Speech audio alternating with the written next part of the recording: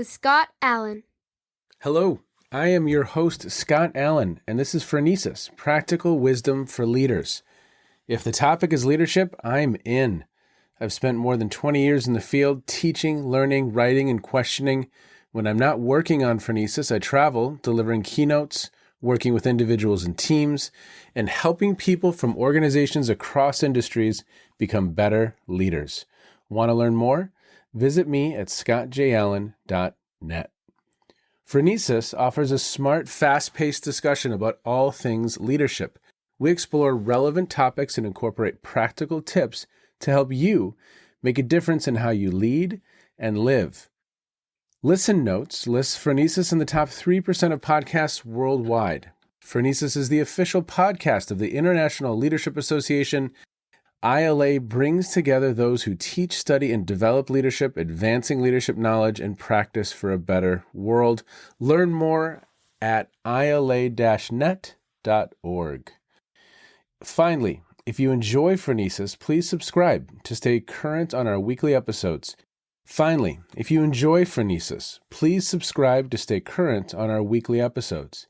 If you find an episode that resonates, please share it with your colleagues and friends. And if you want more content, subscribe to my newsletter, The Leader's Edge. The link is in the show notes. As always, thanks for listening. And now, here's today's show.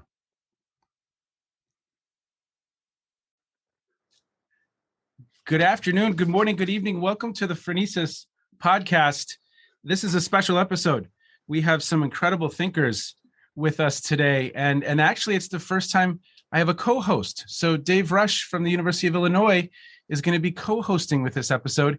He's going to jump in, ask questions, because I said, hey, I need someone to help be on the balcony and swoop in and ask a better question than I just did. So Dave, thank you for being here, sir. Very excited. Thanks for the invite, Scott. Okay. I am going to place their bios in the show notes because we want to jump in right away and get to as much conversation as we can. Today we have Karl Kuhnert and we have Keith Eigel, and they have written a book released a few years back called The Map. And this is, I think, both of theirs, a large chunk of their life's work. As I was perusing Keith's dissertation this morning, and as I was reviewing again this article from 1987, Karl? Yes.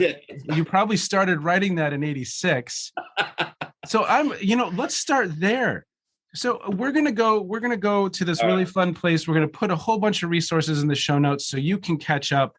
Karl, maybe you can take us back to the story of how in a very quick span, you take this work from Bob Kegan at Harvard and apply it to leadership. And so would you be willing to share that story of the genesis of some of that thinking? Because it was brilliant. It was in the throes of transformational and transactional leadership that was just really kind of revving up that literature base. And would you tell us that story, sir? Sure. Well, this really came about as a result of playing with a colleague of mine who at the time was actually beating me in tennis. And it was really hot. And I wasn't sure exactly whether I was going to be able to make it through the match. And so we took a break, and I basically was stalling for time here. And so I asked him, what are you reading? And he mentioned Bob's book. And I said, tell me more. I was still trying to catch my breath. And he told me about this book. And I said, that sounds really interesting. And so that was really the beginning of it. And what really fueled this was, for me, two things. One is I had taken a class in graduate school on leadership, and I couldn't imagine a subject that was more interesting, but somehow science made it more boring than it really needed to be. And in reading Bob's book, it really was clear to me that what we really needed to be doing was thinking about leadership growth really across the lifespan. And this was the first book for me that really grabbed me and said, hey, listen, there is a trajectory here. Yeah. There is a way in which we make sense of the world. And we do so as we grow, we become, right, we become more actually of who we really are. And this book was really instrumental in my thinking, obviously. And I said, man, there's this idea out here on transactional transformational leadership. And that's what it was. How can I put this? How can I take these ideas, which for most of the way we've talked about leadership are these static constructs, whether it's personality, and they're static. Well, how do we put this into motion? How do we move from this idea that leadership is something that we do, that we say, rather than who we are? And so those really gave birth to that article, which, by the way, I have to tell you, I couldn't believe it got accepted. I mean, the reviews were horrible. Oh, really? Reviewer number 2 didn't like it? Oh no, and what happened was that, I mean, literally what happened is the editor put his arm around me and says, "This is really good, Carl. This is a good paper. I'm gonna publish it." Awesome. So the reviews were terrible, and yet the editor took a chance. And it's still, by the way, I just can't believe this, but I get about 15 to 20 hits a week of people reading it still. And Keith, you come along and tell us a little bit of that story. So how do you get engaged in this work then? And what was the spark for you that really intrigued you in all of this?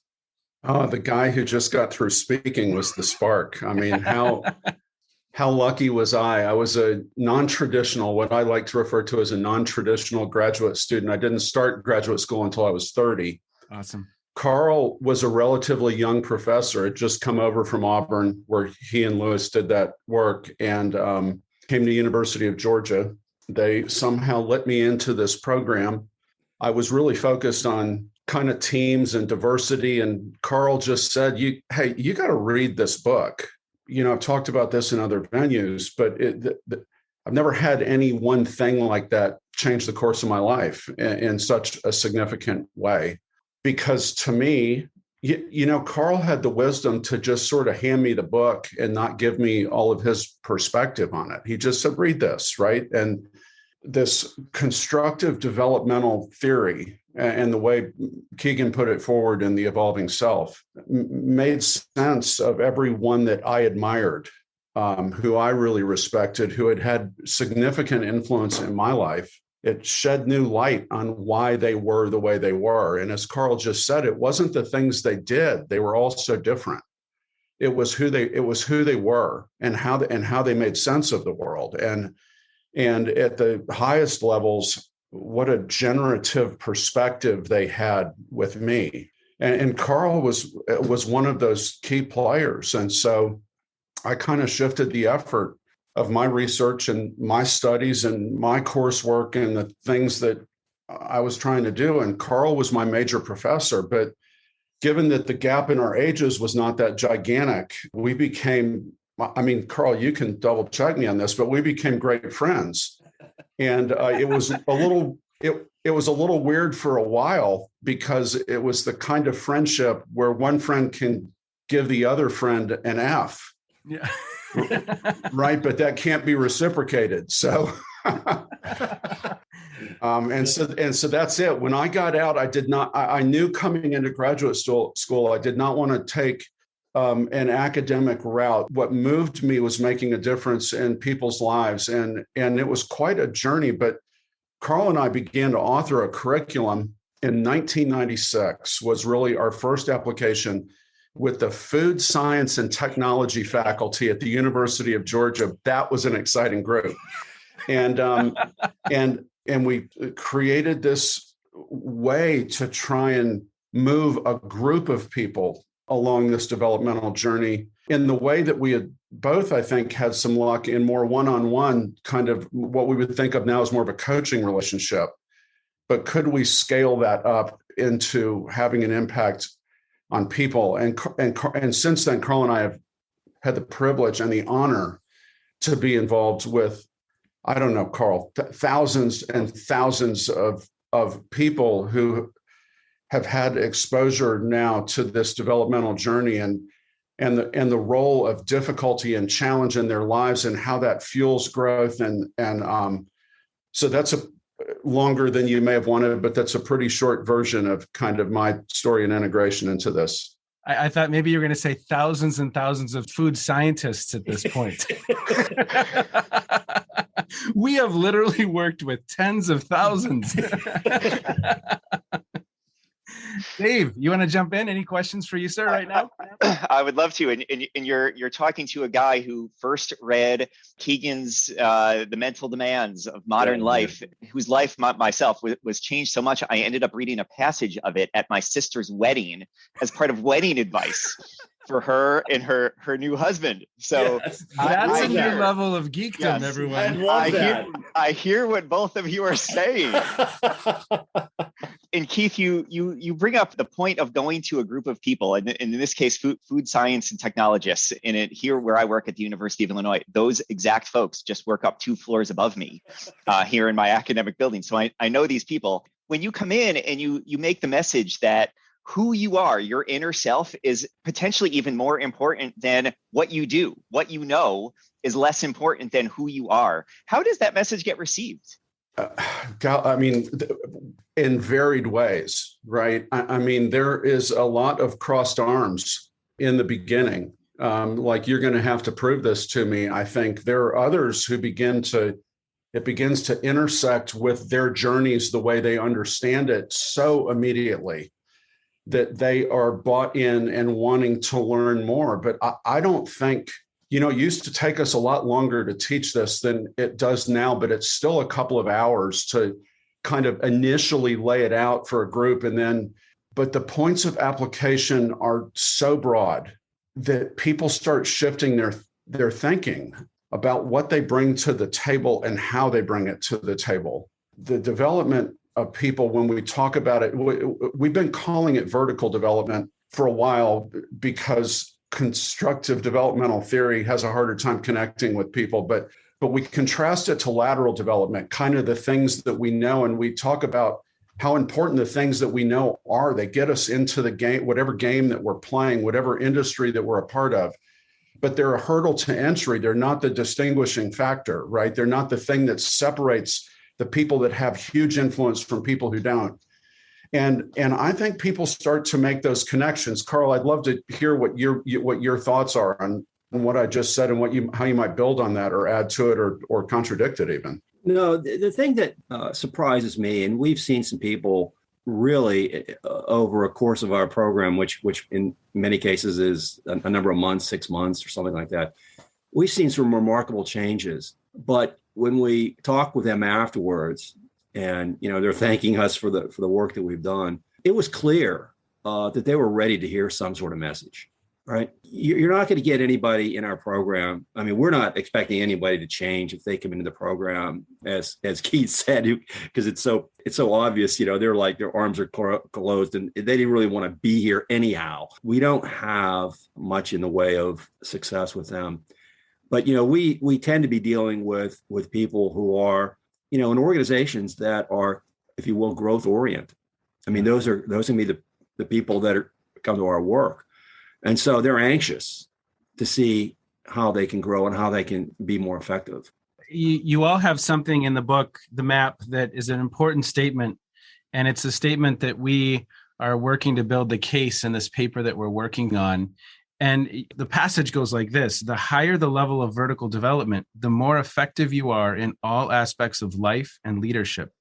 In fact, no single factor better predicts your effectiveness than where you are on your vertical journey.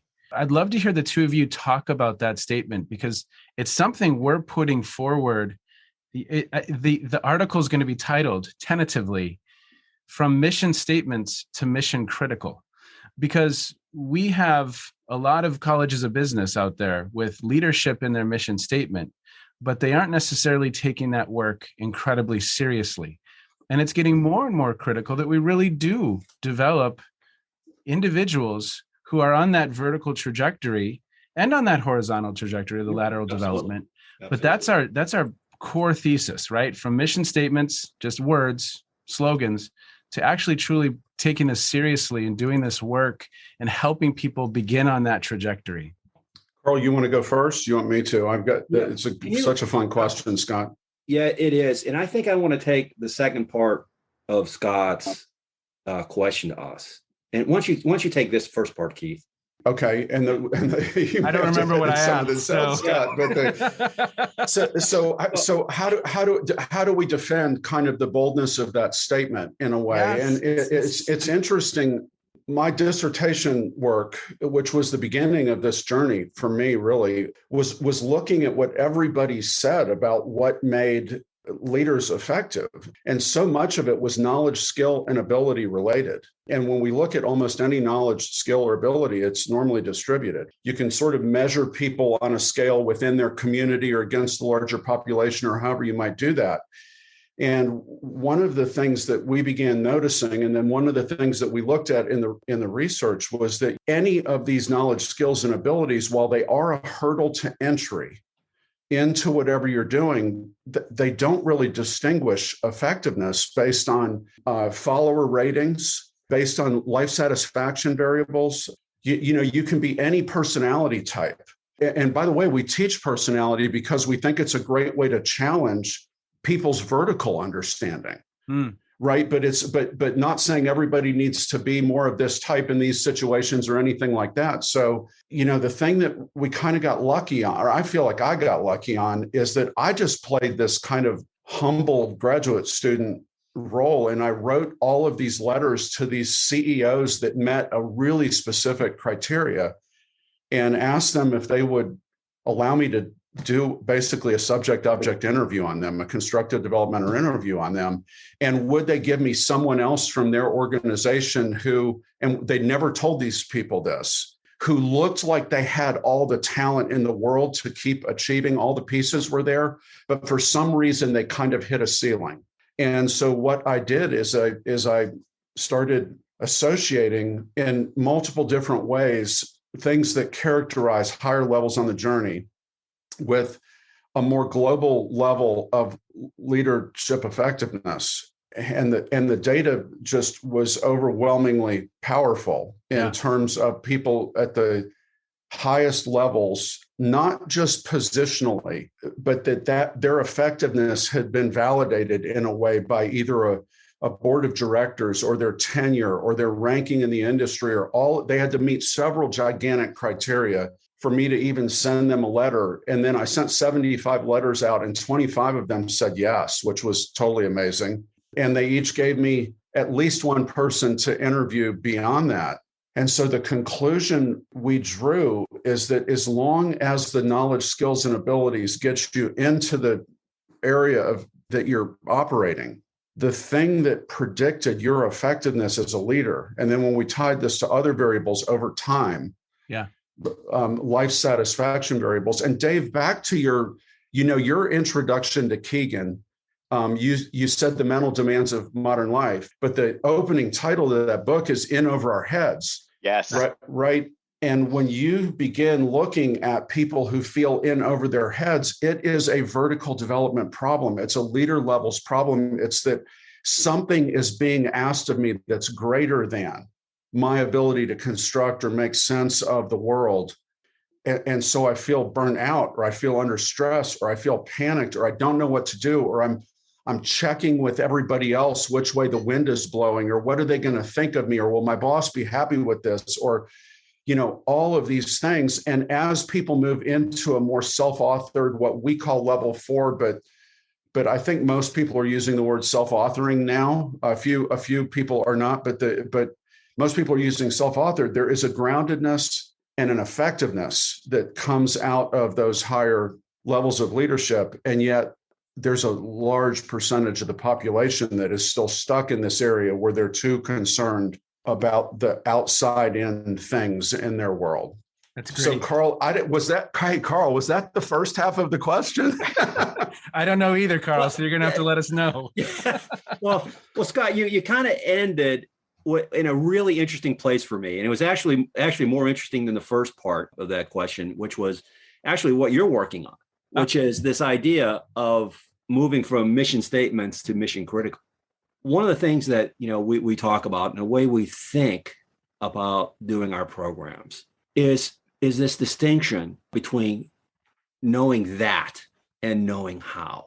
And the mistake I think that we make in education, and I'll expand this more than the way Keith and I operate in our programs, is that we spend a lot of time, and I'll use a metaphor here of a bike, right? And what happens is we spend all our time in education describing the bike. We can spend weeks on the gears. Yes. The history of the bike. Oh my gosh, we have to do the history of the bike. Did you know that? And then we have eras, we have epochs, right, of time in which we use bike, and we used it more, we used it less. And we talk about racing bikes. We can talk, we talk about tricycles. I mean, look, we're on the knowledge of the bike. We know that. What we end up not doing so much as what we should is knowing how. Yes. To ride that bike. And the interesting thing is, you will never get to knowing how, right? You will never get to knowing actually all of that unless you actually ride the bike. Yeah. Because you can't teach balance, right? No. You can't teach it. You have to ride the bike. And so much of what we do is not so much create a curriculum around concepts, it's around them and where they are. So they're riding the bike, and we know, right? We know that to ride a bike, you have to fall. You can't learn to ride a bike unless you fall, and more than likely, you're going to skin your knee, and it's going to hurt. And this was one of the really great books on what I'm just talking about here is Richard Rohr, R-O-H-R, and he talks about growing by falling down. And one of the things that I think Keith and I would agree on is that growth doesn't happen so much because you want it to happen. It's because something usually isn't working. Yeah. You made the same mistake about 3 or 4 times, right? And we see actually a great deal of development with people who either get fired or lose their jobs. And that was a time for them to think about things maybe differently. And I almost your example right there.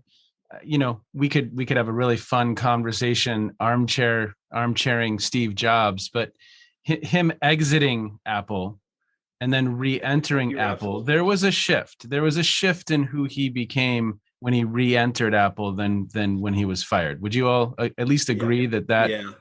In fact, there's literature on this very topic, probably in the 70s, where they talked about all leaders are twice born. Yeah, is that Zalesnik? That was Zalesnik. Yes. That was Zalesnik. Abraham Zalesnik. Wow. But it's this good job. That was in some random spot back here. That was good. Left-hand corner, right? I went there. I went there in my mind, and I went, I'm not going to get this. I read Zalesnik at my wedding. No, I'm kidding. There you go. Touché. There you go. And so that's the point of this, and it's kind of interesting. I thought that after reading Keegan, or after listening to Keegan this past week, yes, he realizes. I mean, look, we're all at this place now where it's very easy to talk about these levels of development and have people think, oh, this is not that hard. I jokingly remind people that just because they can read the slide doesn't mean they're at level 5. But what happens is, we're all, in some ways, most of us are in transition between levels. And oh, by the way, that's where life is. Yeah. Because guess what? If we're at a level and we're comfortable and we're stuck, and there's not a whole lot of growth going on. And the real growth happens in the transitions. All we need to do to move from mission statements to mission critical is start firing people, right? That'll grow them up. That'll grow them up. That's, what Carl's getting at, and I'm obviously being funny, but it is the challenges that fuel growth. And those challenges a lot of times are hard and difficult, and a lot of times have negative or collateral damage to them, right? But there's also, when you start to wrap your arms around the principles of challenge, you can recognize that some of the high points of your life, getting married, having children, getting promoted, finishing a degree, when you really start to evaluate what made those so profound in your growth and your development, it was the fact that they were challenging. They challenged the way you understood the world. Yep. in the same way a firing can. And when you get your arms around that, you can begin to recognize that there are challenges in our life everywhere. There's a rub with a colleague, right? That is so easy to just sweep under the rug, or there is a thing that you don't fully understand or don't know how to do. Those are challenges we can engage in that can grow us, that don't have the same kind of collateral damage. And you also say something in the book that's very, very wise. And it gets to, the whole challenging life experiences accelerate or they can arrest development. We hunker down. We don't confront. We don't seek out resources. We don't go for assistance and help. And it causes us to entrench. Would you agree, maybe even at times deeper into where we are as a self-protective response? How do you all think about that?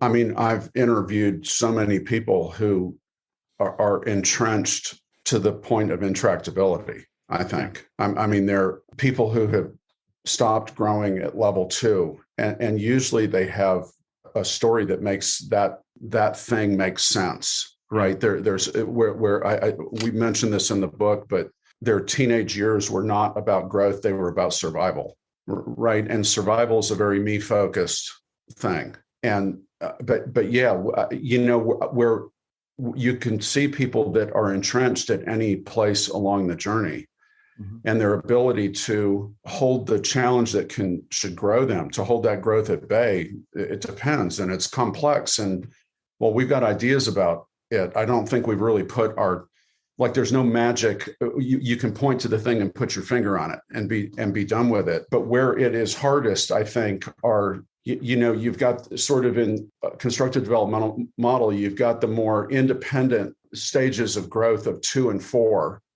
and you've got the more integrated stages of growth at 3 and 5. And we call it socialized. And then Bob is now using the word self-transforming for 5. But Carl and I have always found that the names are more limiting than the numbers. You can be stuck at almost any place along that journey, with perhaps the exception of 5, right? But it's interesting how overtly narcissistic getting stuck at level 2 is, how overtly blamey getting stuck at level 3 is. Increasingly, things are not your fault, right? To the point of almost absurdity. And at level 4, stuckness, and this is, I use this a lot, and it cracks people up, but it's this idea of all of us have met cranky old people that start most of their sentences with, well, in my generation, right? And they're in that self-authored construction, but it has gotten narrower and smaller as the world. And at level 4, I think it's the easiest place to stop, because usually if you made it to level 4, you have resources and success that allow you to just create a bubble around the need to grow. You can hold it at bay by just running out to the golf course or down to the wine cellar or off on vacation, So again, I don't know if that, I have a tendency to over answer questions, Scott. So just raise your hand and rein me in. No, you're good. You're all good. Dave.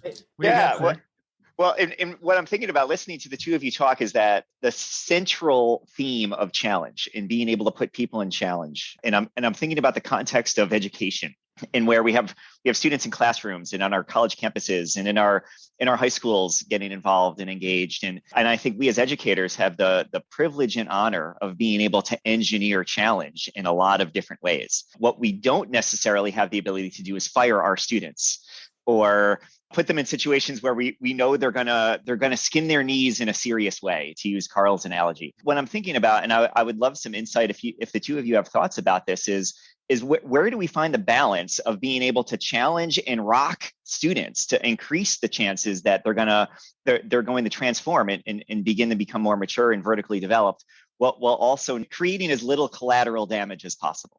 Yeah, Carl, your world, my friend. I defer immediately on this, because he's got some stories that are fantastic. Carl has fired students before. Is that the idea? And they've come back to thank me later. Hey, no, that's really a great question, David. I really appreciate that. And I'm going to answer it this way.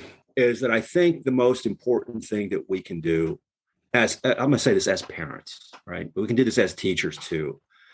But I think what we need to do is make sure that we allow our children to make mistakes, to make errors, to not take the challenge of dealing with that. Those interpersonal squabbles, in 8th grade, Sure. I mean, I have a couple of daughters. I know what this is like, and not fixing the problem.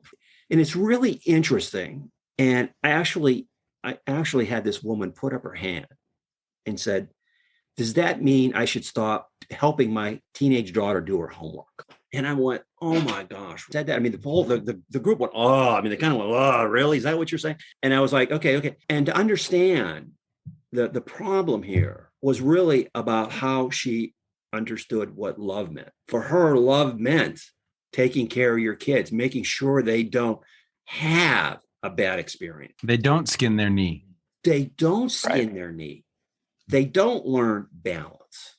And we see this, by the way, I mean, this is now, it's part of our, everybody gets a trophy kind of thing. We hear a lot about that, but we don't really understand the fact that these kids actually need to experience these kinds of losses.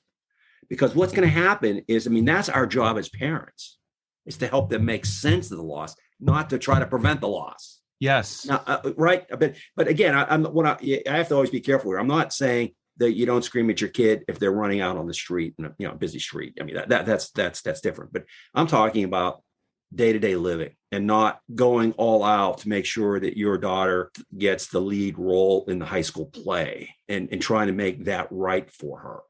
And so this idea, can love be more about being there for your kids, challenging them, but know that you always got their back. But again, I'll challenge every teacher here on this one, is that you have to meet people where they are. And I've had, and this is a bit very interesting for me, because I have to change my curriculum when I teach in class, depending on who I'm teaching. And so it's a great word I came across recently that I love. It's called attunement, which is essentially meeting people where they are. But I think if we really want to make a difference in our coaching lives and in our leadership lives and in our daily lives, is to really go as far as we can to really understand what someone else is saying. And I can go even farther here and talk about cognitive empathy, not necessarily emotional empathy, but actually being able to put yourself in someone else's shoes and understand where they're coming from. Keith, you wanted to jump in, sir? Yeah. I've had the privilege of working with a lot of faculty and administrative leaders in higher ed, and then over 150 teachers over a decade-long period at the biggest independent school in continental United States that happens to be located here in Atlanta. I think part of teachers are playing an incredibly important role in the knowledge, skill, and ability development of people, right? But you also have such a unique insight. And this is, I'm a father of 4. I think I might have just said that, so I think there is, and this is me watching Carl as well a lot and hearing his stories. But when the challenges come up for a student that are bumping up against the way they're making sense of the world, the deal is not to give them advice that fixes the challenge, but give them advice on how to lean into the challenge in increasingly effective ways. Yeah. Carl, I thought for sure you were going to tell the milk and my roommate story. Oh, yeah. Right? It gave an indication of how to meet this person where they were, because what they were struggling with is that their roommate, Carl, check me if I'm wrong, but was drinking their milk. And should I call my parents? Wow. Right? Am I getting it close to right, Carl? Yeah, no, that's it. That's it. This is the first week of school. And this was a dad who called me. The dad calls me and says, my daughter just started UGA. She's a national merit winner, very smart. Very talented, what happened was, she's in school the first week and she calls home and says, Dad, my roommate drank all the milk. What should I do? Yeah. And the dad response to me was great. He said, did I screw this up? And so he's all concerned now about yes. The short answer is yes, of course. But the best part of this, right? And this is actually a big, the thing was that he took care of everything for her. Yeah. They had the biggest house, the 90 square foot TV, the pool, the refrigerator full of soft drinks. Never had to make a friend in her life because everybody wanted to come to their house. And now the littlest thing that most people will not even think about derails her. Yeah. She's not equipped, right? There's no resilience, right? This is what happens. And I have to, this happened just recently, and I just got to tell this story. So it was so profound when he told this to me. This was a group I was working with at UCLA, and I like going there because I always get different people than I get in the Southeast. And so there's a movie director, and I'm talking about leader levels. I'm talking about this stuff, and he comes up to me and he says, "Hey, Carl," I says, "Listen," he says, "I've been working, as a director for 25 years." And he says, "What I know is true is that when any one of my people hit stardom, they stop growing." Wow. He says, that's the way they remain for the next 15, 20 years. They're the same person because they got stuck. It's all the fame. It's all the glory. It's all everything they want, they can do. Everybody, loves them. And then so what happens is in 10 years, they're in Alcoholics Anonymous. I mean, because they can't now handle life without that particular environment that they're living in. And we see this all the time. We see this with athletes. I mean, again, it goes on and on and on. But this is the power of getting comfortable in a way that ultimately doesn't serve your growth and the consequences that follow. Yeah, it reinforces the homeostasis, right? It reinforces that holding environment. One more thing for people in higher education. I think one of the things that, and this may be true for maybe a handful of juniors in high school, a few more seniors in high school, but certainly in higher education, is this idea of meeting people where they are it's a very complicated role for the teacher to play. Yeah. Because you've got the girl who doesn't know what to do with her roommate drinking her milk. Yep. And you've got kids who have grown up in broken homes that have made incredible sense of this, and they're actually moving out of 3 into 4. They're beginning that journey of who they're going to be, or maybe they were bullied, or maybe they had to figure stuff out because of the challenge in their lives that other kids didn't have to figure out. And so what does it mean to set up an environment where you're allowing challenges to emerge, but not allowing someone to drown in the challenges when one person, there's no chance of drowning. Yep. But the other person could go straight to the bottom of the pool, right? And that I have the role of teachers as mentors on the vertical journey is so critical. And most of the higher educators that I have worked with, I think get that in theory, but they well, what am I supposed to do about that? Right. And so they allow a lot of kids, they put challenges in front of them that are way beyond their stage of development, their level of development. Or not enough. They make it too easy. Or not enough. Thank you, David. Good. Yeah. That's good. Thank you. That's good. Dave, we are short on time. Do you have another question you want to jump in with, or would you like me to start and then you ask the last question? How would you like to roll? Yeah, go ahead, Scott. Yeah. Okay. Since writing the map, and we're going to have links to everything in the show notes so that people can access those resources, what are some recent insights that the two of you have had as you think about this work? Because what I love, Keith, is that, and both of you are actually in the field working to see if this can be operationalized. You are practicing and you are learning and you're in this wonderful space of experimentation. Are there some insights that you've had recently that stand out for you? I can either one. I'm ready. Go. I've got something that I've been thinking about a lot recently that I think is the thing that's hitting me, but you go. Yeah, this is the same thing, Keith. This is where I am. This is something that's really been on my mind. And it's very recent. I spend a lot of time thinking about, our stuckness, right? What keeps us in place. And I don't know where this came from, but it feels like that we are biased. I'm going to say this in a general sense, maybe in a human sense, that we are biased to preserve our own rightness, right?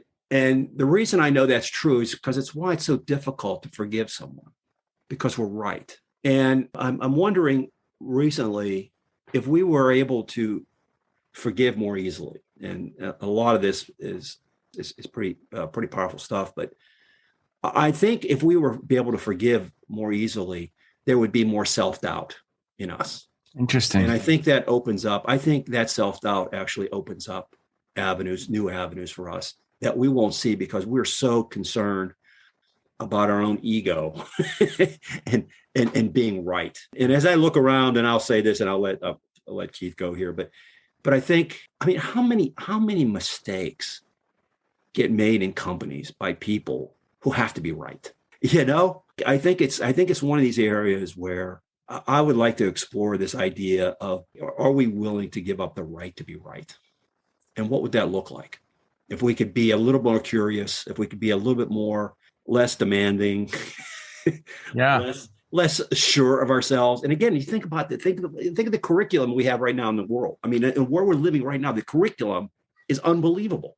You don't need a class. I mean, we're living it, you know, whether it's the pandemic, you know, whether it's social justice, you know, we can go on and on and on, whether it's technology, you know, what's going on with AI and ethics, and we can go on and on and on. And this is the time when we really do need to be open to what's going on. Bob's book about, you know, the mental demands, they've never been higher for all of us. And so I'm starting to get on my soapbox here. So I'll let Keith go. It's an important box. What I'm going to say is going to sound so much less deep than what Carl just said when he went to forgiveness. For me, I think when we wrote the book, and really my understanding leading up to that, obviously, because that's what got expressed there, is that this idea of we're never not ourselves, I put a narrower range of kind of understanding on the developmental journey where we kind of had our position and maybe within a fifth of a stage going either direction, kind of categorized most of who we are. Most of our experience. I think, especially in a series of coaching relationships I've been engaging in with people who fully for moving in the direction of 5 really aggressive learners, growers wanting to lean in. I have been surprised at how wide that range may be around kind of our center of what Nancy Pop, who worked with Keegan, called our center of gravity. Okay. Right. That if we were going to score somebody, we'd say their center of gravity is kind of a 3 parens 4 or whatever nomenclature you want to use, but within a range. But in a number of these coaching relationships, seeing things almost emerge from unevaluated childhood, family kinds of things that were really level 3, could even at times be kind of self-focused, all the way up to a magnanimousness and a wisdom that is so far beyond where they are in these moments. And again, there probably is somewhat of a bell curve that forms around these things, but we should not be surprised when things that we thought we were well past rear their head. We should not be derailed by that. We should embrace it and say, wow, how lucky am I to have stumbled on this thing in my life that I have not stumbled on before. And so I think that's the thing maybe that struck me a little bit over the last few years. Is that this range of experience that fuels this growth is wider, I think, than I thought. I haven't put any research around that yet, but the anecdotal stuff doesn't lie a lot of times, right? Dave? This is less a Dave, question. this is the last question. So really, as co-host, we need to end on a very, I don't know, I'm just thinking like the end of William Tell Overture where the drums are all just right. So just, but the cymbals are coming out. Wrap it up in a bow, maybe. Well, it's just so. David, how do you deal with pressure? Right. The level 2 co-host. Right. Well, and to that point, Scott, I don't even have a question. I'm just reflecting, I guess, more than anything else about how a common theme of what we've talked about is the need to have challenge in our life and people in our lives who could challenge us while also not doing that where they're always poking at us, causing us to create thicker skin, but doing that in supportive ways to get us to open our eyes, because it's about opening our eyes. That's the important part to the vertical growth that Karl and Keith were talking about. So I have it's less of a question than it seems like that's what we've been talking a lot about. You did it, man. You wrapped it up in a bow. That was wonderful. And the only other thing I would kind of contribute to that would be this.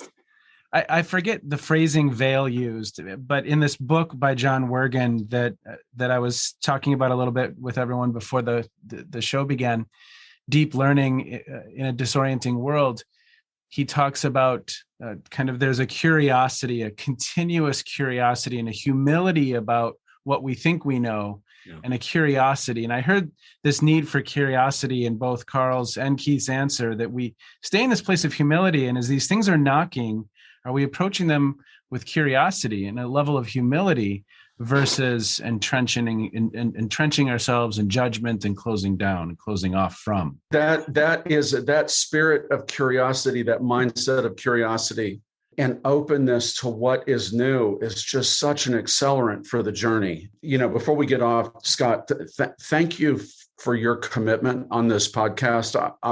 Karl, I'm sure I'm echoing this for Karl, but thank you.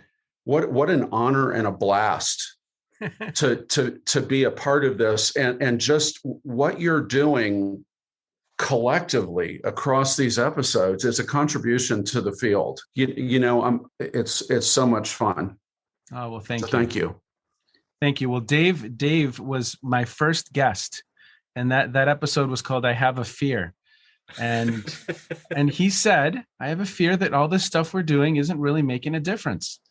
And that really, in a nice way, kind of set a tone for this journey and these conversations and explorations. And I'm so thankful for the experience, because it's been one of great learning, and it's made me feel very humble as to what still needs to be learned. But it's a lot of fun. It's a lot of fun. And so really quick, how can individuals get in touch with you? We will put all of these links in the show notes. But Keith, Karl, how can people learn more about your work and learn more about you? For me, you can go to Leaders Lyceum, LYCEUM.com, and you can connect with me there. I'm on LinkedIn, just Keith Eigel, EIGEL.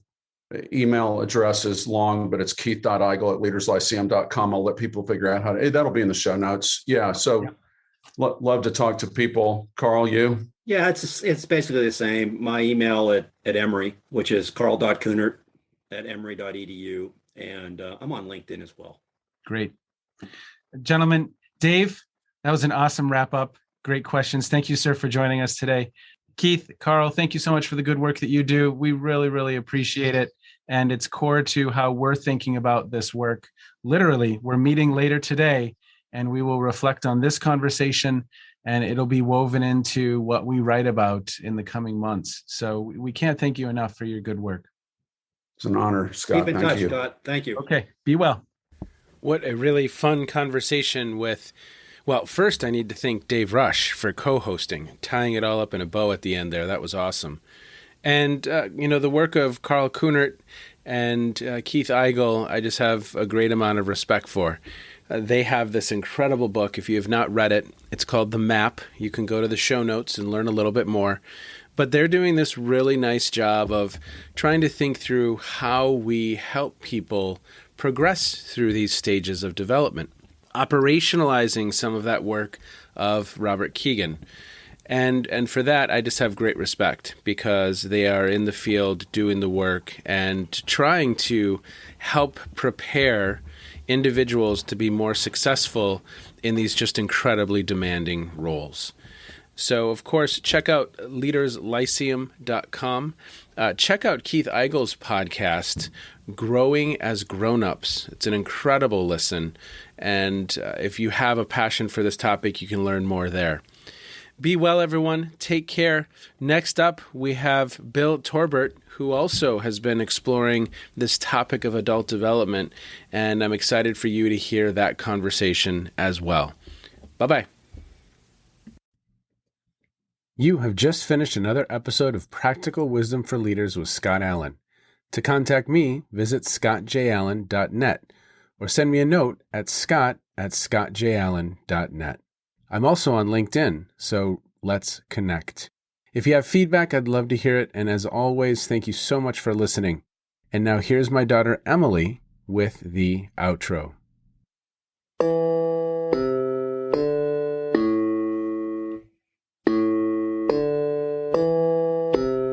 You've been listening to Phronesis, Practical Wisdom with Scott Allen.